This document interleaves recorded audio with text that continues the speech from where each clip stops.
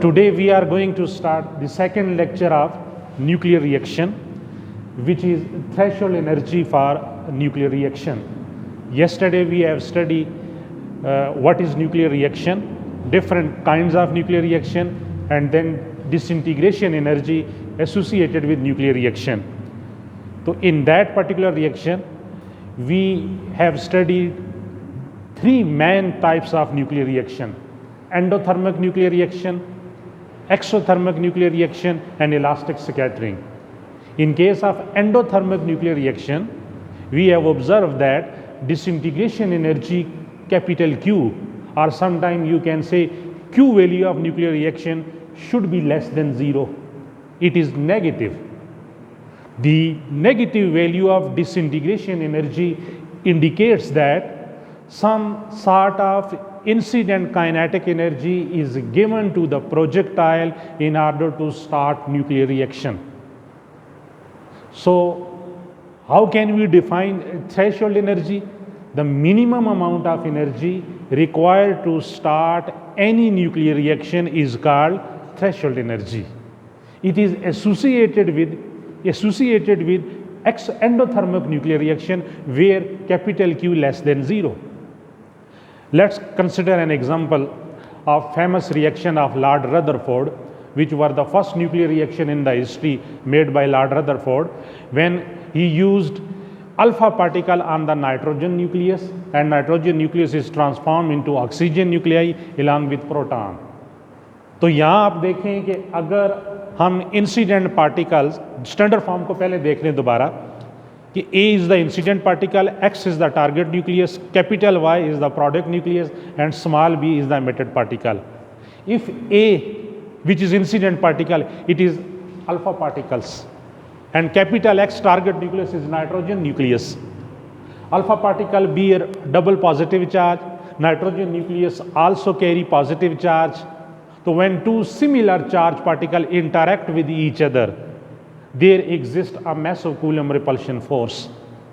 In order to break this Coulomb barrier associated with nitrogen nucleus, some incident kinetic energy must be given to the charge particle, projectile or alpha particles.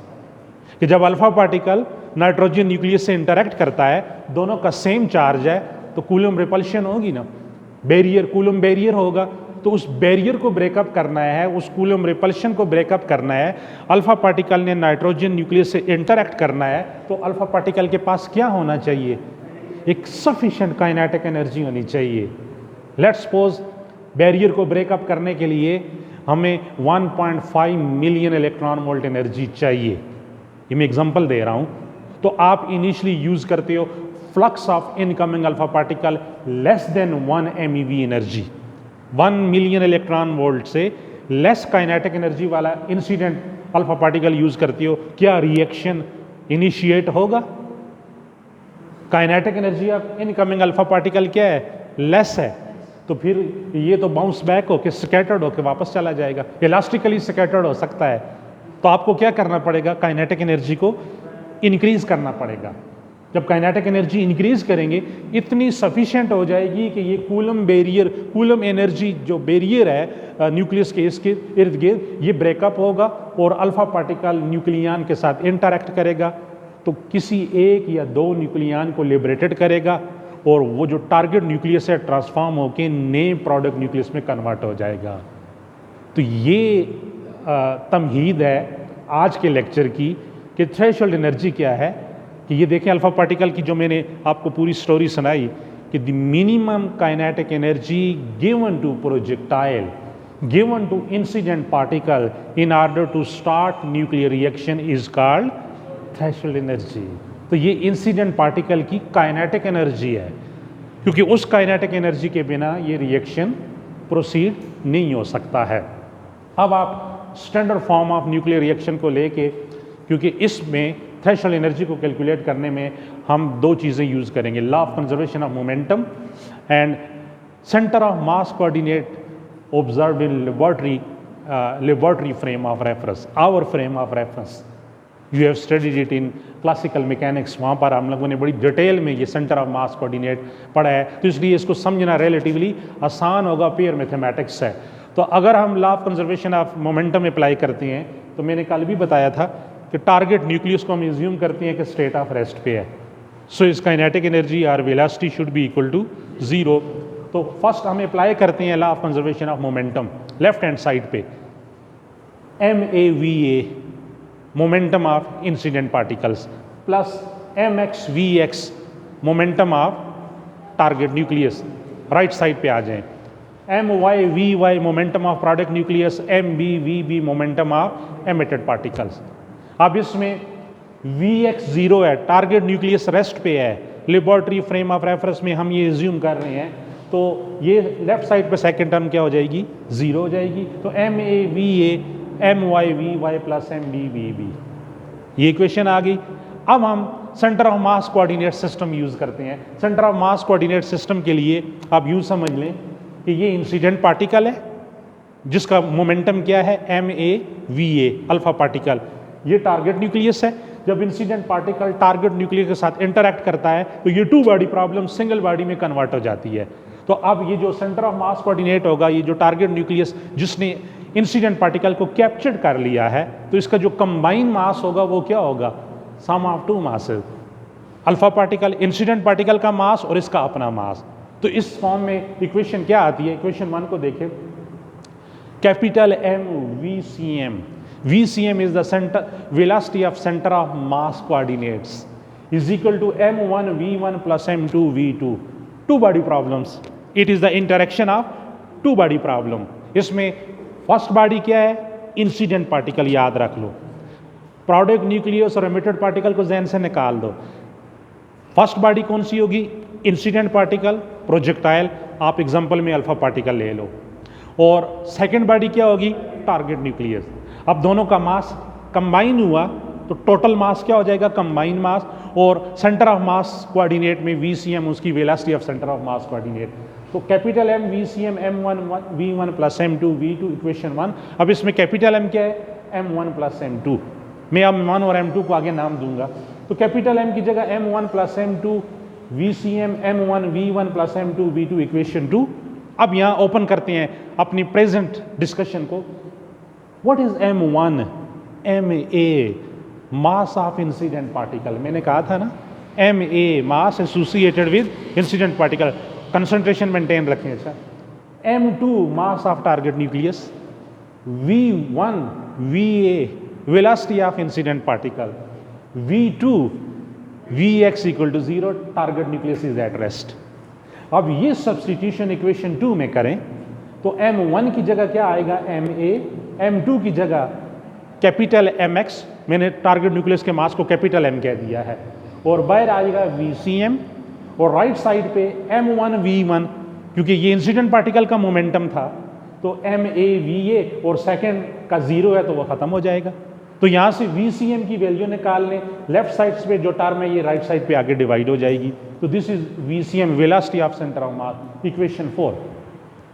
अब एक formula है kinetic energy for centre of mass system as far as laboratory frame of reference is concern. तो ये क्या होगा, half MVCM square, half MV square kinetic energy, सिर्फ V के नीचे क्या होगा, VCM। तो VCM की वैल्यू इक्वेशन 4 में मौजूद है। तो ये वैल्यू, अब कैपिटल M को आप पहले लिख दें, क्योंकि कैपिटल M मैंने इधर बताया था ना क्या, M1 प्लस M2, तो M1 को आपने क्या कह दिया, MA, M2 को क्या कह दिया, MX, और VCM उसी तरह ही है। तो ये इक्वेशन 5। अब VCM की वैल्यू इक्वेशन 4 से 5 में डाल दें, तो जो दे half MA plus capital MX into V square, तो वो 4 को देखें क्या होगा, MA square VA square divided by ये जो MA प्लस MX है, यानी सम ऑफ मासेस हैं, इन सारी का क्या हो जाएगा, स्क्वायर। अब ये ऊपर भी टर्म मौजूद है, तो एक स्क्वायर इसके साथ क्या हो जाएगा, कैंसिल हो गया। अब तो जो देनी है, न्यूमरेटर में MA स्क्वायर है, तो हाफ उसी तरह एक MA में अलग कर देता हूँ, VA square, half MA VA square. अब MA का दूसरी टर्म जो है ना इधर, और नीचे स्क्वायर के बाद ये सम ऑफ टर्म इसी तरह आ जाएंगी। अब what is this one, of MAVA², kinetic energy of incident particle. देखिए हमारे टॉपिक पे बात पहुंच गई ना, थ्रेशोल्ड एनर्जी की तरफ जा रहे हैं, हमारी मंजिल थ्रेशोल्ड एनर्जी है और वो मिनिमम काइनेटिक एनर्जी है। This is kinetic energy of incident particle. तो इसको मैंने क्या लिख दिया, KA stand for kinetic energy associated with incident particle, whether it is your alpha particle, beta particle, positron, gamma ray photon or something else। तो ये यहाँ पर के ए हो जाएगा, बाकी टर्म एज इट इज आ जाएगी। तो ये kinetic energy of centre of mass point आ गई, इक्वेशन नंबर 7। अब यहाँ पर एक बड़ी इंपॉर्टेंट टर्म है, जब इंसिडेंट पार्टिकल टारगेट न्यूक्लियस पे फॉल करता है तो मैंने अभी बताया कि इंसिडेंट पार्टिकल के पास कुछ काइनेटिक एनर्जी होती है और सेंटर ऑफ मास कोऑर्डिनेट में जो टारगेट न्यूक्लियस है जब उससे इंटरैक्ट करेगा तो उसकी काइनेटिक एनर्जी भी होगी और कुछ डिसइंटीग्रेशन एनर्जी भी होगी। डिसइंटीग्रेशन एनर्जी तो इंसिडेंट पार्टिकल्स जो कि प्रोजेक्टाइल है उसकी काइनेटिक एनर्जी दो हिस्सों में सम कर लें, यानी incident kinetic energy will appear in 2 different form, disintegration energy plus kinetic energy of centre of mass point. ये जो मैंने लिखा है ना total kinetic energy, this is called disintegration energy, capital Q, जो कल हमने कैलकुलेट की थी। यानी इंसिडेंट पार्टिकल की काइनेटिक एनर्जी इक्वल है disintegration energy plus kinetic energy of centre of mass point. तो इस डिसइंटीग्रेशन एनर्जी को टोटल काइनेटिक एनर्जी लिख दें। अब यहां से इस डिसइंटीग्रेशन एनर्जी को निकालें तो ये KCM इधर आके क्या हो जाएगा, माइनस KA माइनस KCM, तो जो देनी है KA इसी तरह KCM आपने इक्वेशन 7 में कैलकुलेट किया हुआ है, इक्वेशन 7 की वैल्यू डाल देंगे। अब इसके नीचे 1 है, LCM ले लें ये terms MA plus capital MX, तो ये वाली टर्म KA के साथ मल्टीप्लाई हो जाएगी माइनस KA MA। अब इस KA को मल्टीप्लाई करें तो KA MA plus KA capital MX minus KA MA और नीचे वही टर्म आ जाएगी सम ऑफ मासेस। तो ये दोनों टर्म्स क्या हो जाएंगी, कैंसिल। तो जो दें KA capital MX divided by MA plus MX, ये आपके पास टोटल काइनेटिक एनर्जी या डिसइंटीग्रेशन एनर्जी कैपिटल Q आ गई। यहाँ सिंबल चेंज है कल से, इसलिए मैंने इसको के टोटल काइनेटिक एनर्जी लिख दिया equation number 8 centre of mass coordinate में। तो अब इक्वेशन 8 को हमने अप्लाई करना है। कल जो रिएक्शन पढ़े थे, Q वैल्यू निकाली थी, एंडोथर्मिक रिएक्शन, जिसमें डिसइंटीग्रेशन एनर्जी क्या होती है, लेस देन 0 होती है, Q लेस देन 0 होती है। तो मैं KT टोटल काइनेटिक एनर्जी को क्या लिखूंगा, minus Q for endothermic reaction, तो जो देनी है। और इंसिडेंट पार्टिकल्स KA, तो थ्रेशोल्ड एनर्जी की डेफिनेशन क्या थी, minimum kinetic energy given to incident particle in order to start nuclear reaction is called threshold energy. It would mean that threshold kinetic energy associated है incident kinetic energy के साथ। तो KA क्या हो जाएगा, K थ्रेशोल्ड, और capital KT क्या हो जाएगा, माइनस कैपिटल Q। तो यहां पर माइनस कैपिटल Q, KA की जगह क्या आएगा, K थ्रेशोल्ड, और बाकी टर्म एज इट इज। तो यहां से K थ्रेशोल्ड निकाल लें, ये टर्म इधर आ जाएगी माइनस Q उसी तरह, MA plus capital MX divided by capital MX। तो this is your final relation in the form of equation 9 with the help of which we can calculate threshold energy of nuclear reaction। तो अब हम calculate करते हैं कि जो Lord Rutherford का first nuclear reaction उसने दिया था, उसके लिए अल्फा पार्टिकल को कितनी काइनेटिक एनर्जी प्रोवाइड करनी चाहिए। देखिए क्वेश्चन अराइज होता है ना कि how much kinetic energy is given to alpha particle in order to start nuclear reaction when this alpha particle is allowed to interact with nitrogen nucleus। क्योंकि nitrogen carry positive charge, alpha particle carry positive charge, so there should be an energy range given to alpha particle in order to start nuclear reaction। So first we consider this nuclear reaction in which A is the incident particle which is alpha particle। तो helium 2,4 alpha particle किस पे fall करता है, target nucleus nitrogen पे। तो product nucleus क्या बनता है, ऑक्सीजन और H11। तो आपकी मंजिल क्या है, हमारी मंजिल इक्वेशन 9 है। तो इस इक्वेशन 9 में एम ए तो आसान हो गया, what is this one, M A mass of alpha particle 4, M X 14, capital M X 14, सिर्फ क्या निकालना है, क्यू, क्यू डिसइंटीग्रेशन एनर्जी। तो क्यू कैसे निकालेंगे, mass deficient approach chapter number 1 से हम करते आ रहे हैं, वो बहुत ही आसान है। यानी क्यू निकालने के लिए हम मास डेफिशिएंट अप्रोच लेंगे। तो कल मैंने इस फॉर्म में लिखा था, तो ये होगा मास डेफिशिएंट क्या होगा, इन दोनों की मासेस का सम करें और उसमें से डिफरेंस ले लें इन दोनों की मास सम को, तो क्या आएगा डेल्टा एम। तो जो दें फॉर्मूले के मुताबिक M A plus M capital X, mass of incident particle plus mass of target nucleus minus mass of product nucleus plus mass of emitted particle. तो अब इंसिडेंट पार्टिकल क्या है, mass of alpha particle helium nucleus plus mass of nitrogen nucleus minus product nucleus क्या है, mass of oxygen isotope plus mass of proton. तो अब value डालते जाए, मास ऑफ अल्फा पार्टिकल यहां पर एग्जैक्ट वैल्यू डालेंगे, अच्छा 4.002603 प्लस मास ऑफ नाइट्रोजन 14.003, ये सम हो गया, माइनस ऑक्सीजन 16.99913, ये ऑक्सीजन का mass plus mass of proton 1.007, ये आप जानते हैं। तो इस इक्वेशन को सॉल्व करें तो डेल्टा एम हमारे पास आता है minus 0.001281 AMU। But we know that the energy of one atomic mass unit is equal to 931.5 MeV. So 931.5 MeV को इस टर्म से मल्टीप्लाई करें तो हमारे पास रिजल्ट आता है माइनस 1.19 MeV। तो एक तो ये प्रूव हो गया, कल के लेक्चर में मैंने कहा था ना आगे प्रूव करेंगे कि for endothermic nuclear reaction Q value should be less than 0, it is negative. तो क्या पता चला कि हमें यहाँ अल्फा पार्टिकल को एनर्जी देनी पड़ेगी।